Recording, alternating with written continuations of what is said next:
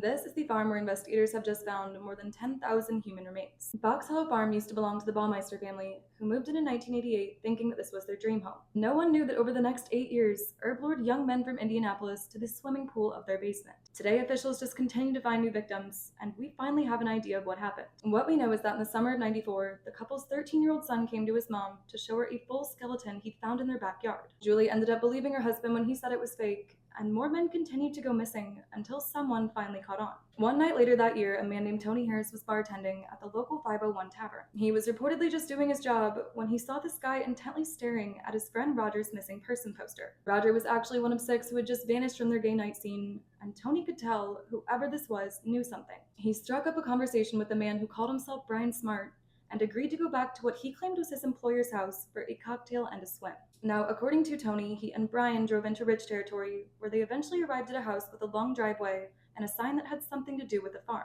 The two of them then did go down to the basement for that swim that they were talking about, but that is where things took a dark turn. There were mannequins everywhere, and Brian, who was really Herb, started acting really strange. With his family out of town, we know Herb picked up the pool hose, and he asked Tony to strangle him to the point where he lost consciousness. He said he loved it amongst many things we can't discuss, and reportedly being too scared to say no, Tony agreed. Tony also searched the entire house while Herb was passed out, and he lost it when he saw women's clothes and children's toys everywhere. He thankfully did make it out alive that night, but he immediately went to a detective, knowing he escaped a serial killer. Over the next year, Tony worked with Detective Virgil Vandegrift, who saw the connections between these cases and was the first to truly investigate. The problem was that the name Brian Smart was fake, and for the life of him, Tony couldn't remember where this house was. Things actually cooled off for a long time as they tried to determine Brian's identity, but then one day the next year, he once again walked into Tavern 501. By some miracle, Tony was working the bar, and he took down his license plate. That same week of August 3rd, 1995, investigators determined that Brian was really Herb and that he lived at Fox Hollow Farm with a pool in the basement. They immediately went to him and his wife in hopes of getting a search warrant,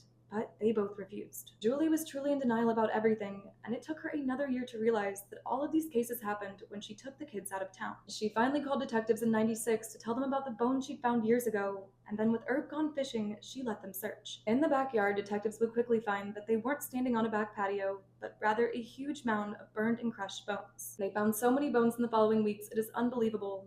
But with the news out, Herb actually never came back home. He fled to Canada in late June, and then at Pinery Provincial Park, he disposed of all the footage of the murders and took his own life. He also did leave a note blaming his failed marriage and businesses, but left absolutely no mention of the bodies he left behind. Again, as of today, police believe they have found just a fraction of the victims, all believed to be young men who wrongly weren't accepted and deserve to have their cases taken seriously.